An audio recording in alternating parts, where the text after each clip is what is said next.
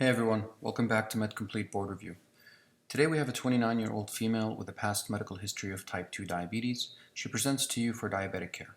The patient's compliant with all medications and tries to follow a diabetic diet to the best of her ability.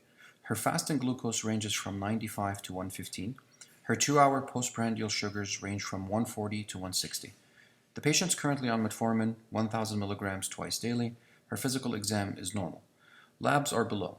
WBC count 7,000, hemoglobin is 10.3, hematocrit 34.3, MCV is 70, A1c is 7.9, ferritin is 10, iron is 38, TIBC is 600. Which of the following is the most appropriate?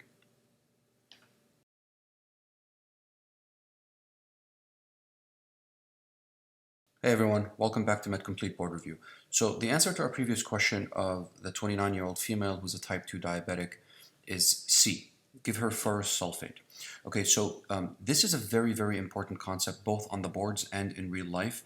I've seen this way too many times where certain clinicians get confused by this and they see an elevated A1c and they give the patient another medication that makes them hypoglycemic. So if you notice here, the patient's fasting glucose is at goal. So her goal is to always be below 120, which is where we usually try to make these patients. And her 2-hour postprandial, as long as it's below 180, that's at goal for us, right? But you notice her A1c is not at goal. It's above 7, and certain clinicians can get confused by this. So for us to get this right on the board and to improve our patient's outcome, we have to understand two things. What is A1c? And if you understand that, then you'll understand how it can be falsely elevated or falsely low. So A1c is essentially how much sugar sticks to your hemoglobin, right, to your red blood cells. And the average lifespan of the RBC is 120 days. Okay, so if there are situations in which the RBC's lifespan is longer, so there's less cell turnover, that's going to give you a falsely high A1c. So what's an example of that? So anytime there's a deficiency in substrate that is required to make the RBC, the body's response is to slow down the production of RBCs and make them live longer, right? So that would be, for example, if you're low in iron. If you're low in iron, you don't have enough to make RBCs, so the body's response is to make those RBCs live longer, right? If you're low in B12, if you're low in folate, you're going to have a falsely high A1c, and you're going to see this discrepancy between this and the finger sticks of the patient. Okay, so this is why it's very important when you see these patients not only to look at the A1c, you should also look at their home logs and look at how their finger sticks have been.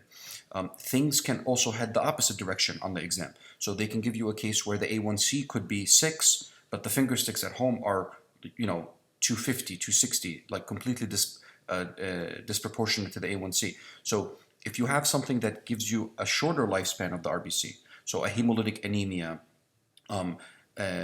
somebody who takes EPO or end-stage renal disease patients, those patients are going to have a falsely low A1c. So don't get tricked by this.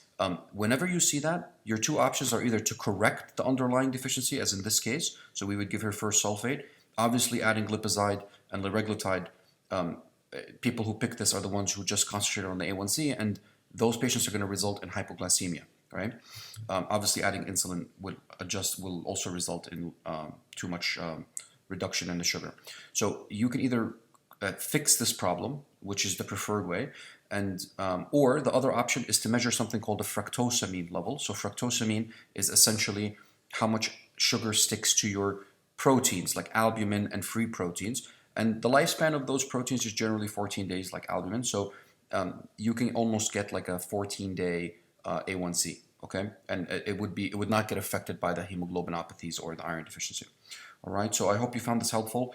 Please leave your comments in the section below.